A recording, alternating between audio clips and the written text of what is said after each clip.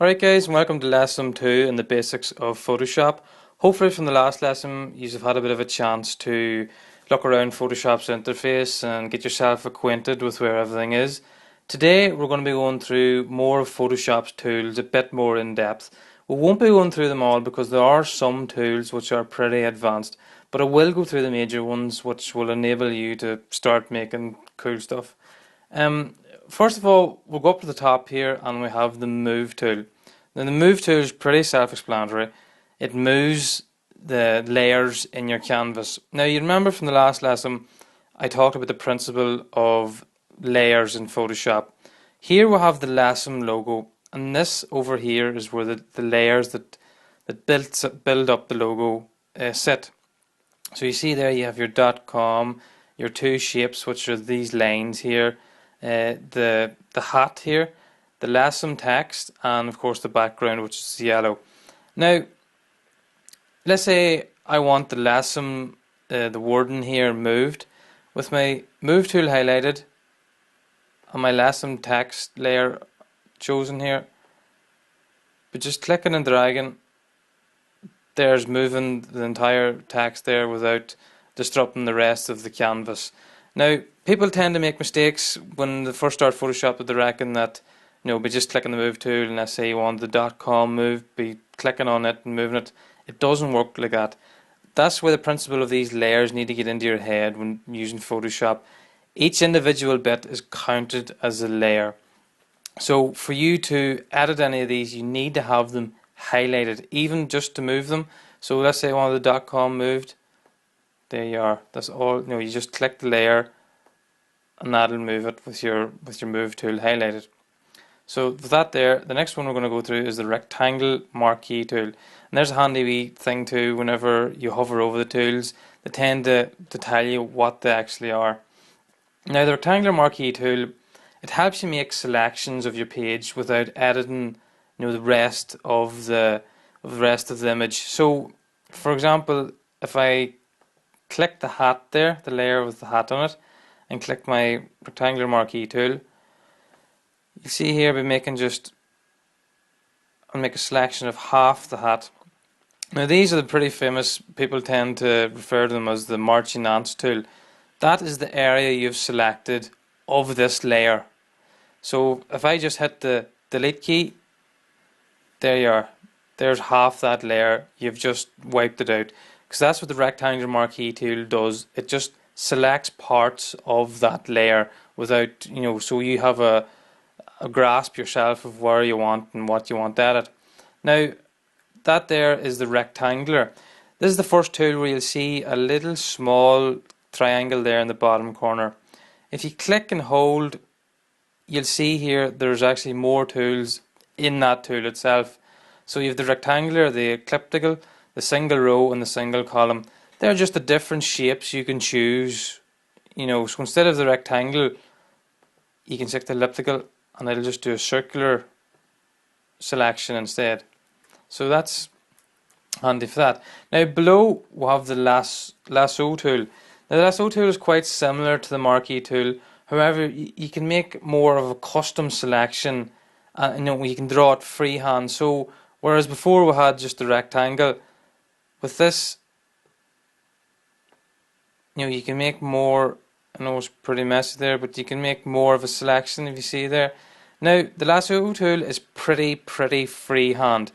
I tend to use, which is quite popular, the magnetic one. Now the magnetic one, if I just zoom in here, is great for it figures out the edges of layers. So I just clicked once there to start it, and we're just dragging across the edge of this layer here. You can see the box is showing up there. Photoshop is detecting where the edge is around this layer. So let's say if I just go to the corner here. Now at the minute there it's doing it itself, but if you wanted, sometimes it can tend to go out a wee bit. If you just click, you can add them yourself for more definite. See there, it went off a wee bit, for more definite selection. So if I just wanted the top of the hat here, if I close my selection there you are, there's your marching ants up again. So that's more of the lasso tool. It gives you more of a selection of the image that you want. Now the next one we have is the magic wand tool. Now the magic wand tool is a great time saver. What it tends to do is it selects areas based on its pixels. So it can detect pixels that are very similar to each other. For example, it detects the same color. So with the magic wand tool selected, and just with one click to this top area, you see it detects the white on the top of the hat there, and it just selects that around there. The black and all is taken out because it just knows that this pixels are all the same. Now sometimes it'll not do a definite job. Sometimes it'll take too much or it'll take not enough, but it's definitely a real time saver by using this tool. So the next tool we have is the crop tool. Now if you've ever used any kind of photo editing software before, you know that the crop tool is just for cutting the image down. So for example, if I just want to take my image down here, highlight that area, it brings up this nice box of the area you're going to cut, hit enter, and there's just cropped the image. It's just simple as that. Or even something smaller, hit enter, there you have that. So the next one we have is the eyedropper tool. Now the eyedropper tool is used to pick up a color value from a canvas. Now this is very useful if you're working with definite colors. So you know yourself with companies that have logos and have their same exact color, then this tool will select that color. Now down here you'll see your little boxes here which hold the color that Photoshop has installed at the minute, your foreground and your background colors. Now with the eyedropper tool, if you just keep an eye on these boxes down below here, if I hit select, you'll see there that now my foreground color has selected that Lessom yellow color, or this red here for example, or the white. So you can see there, that's the eyedropper. What it does, it takes the value of that paint and it stores it for, let's say you want to put into something different. I'll show you more about the paint dropper tool on down when I go to the paint bucket tool, because it'll make a bit more sense then. Next we'll go to the paintbrush tool.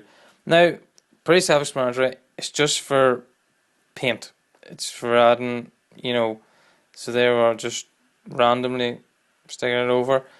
But you remember from the last time I was going over the options bar. Now you can change all these sizes, and let's see, there's size way down, size way up, and the hardness. That's pretty hard. You can go a bit more like this. You see, so you've all different these options to go through. You also have your opacity and things like that there. So your paint tool is a pretty basic, but it's the most valuable in any photo editing software. You need your paint tool. Now the next we have we'll just go to the eraser tool. Another self-explanatory one, but one to go through. Also with your paint tool you'll also go through your sizes and your hardness, and as I said before, at the minute there I've selected the hat layer.